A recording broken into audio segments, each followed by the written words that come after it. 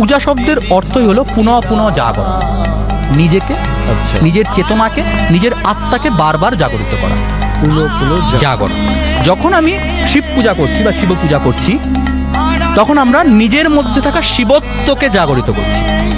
যখন আমি বলছি শিব হলো আশুতোষ, শিব অল্পে সন্তুষ্ট হয়, তখন অ্যাকচুয়ালি আমি নিজেকে অল্পে সন্তুষ্ট রাখার শিক্ষাটা অর্জন করছি। আচ্ছা, নিজে যদি অল্পে সন্তুষ্ট না থাকি, তাহলে আমার মধ্যে থাকা শিব তো জাগরিত হবেই না, তাই তো?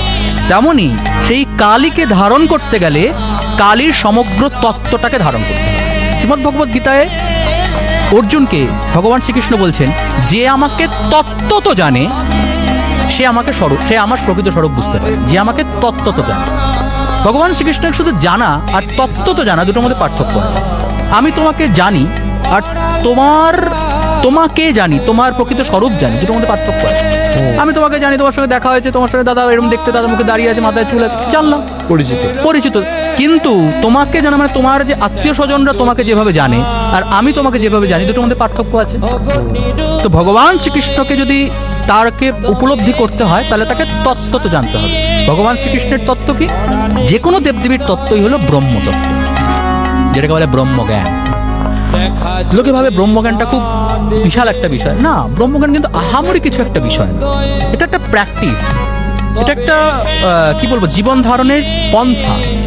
যে তুমি সুখে দুঃখে সর্বদা অবিচল।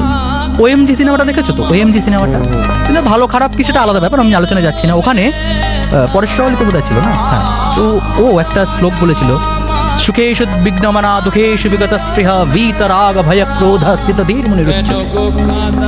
সুখে দুঃখে সর্বদা যিনি অবিচল, সর্বদা যিনি অবিচল, সুখ হোক দুঃখ হোক, রাগ হোক ক্রোধ হোক, কোনো কিছু অবস্থায় যখন মানুষের মধ্যে টালমাটাল আসে না, স্থিতধী, সে স্থিতধী ব্যক্তি, নিজের ধীকে যে স্থিত রাখতে পারে, সেই হলো আলটিমেট সত্তা।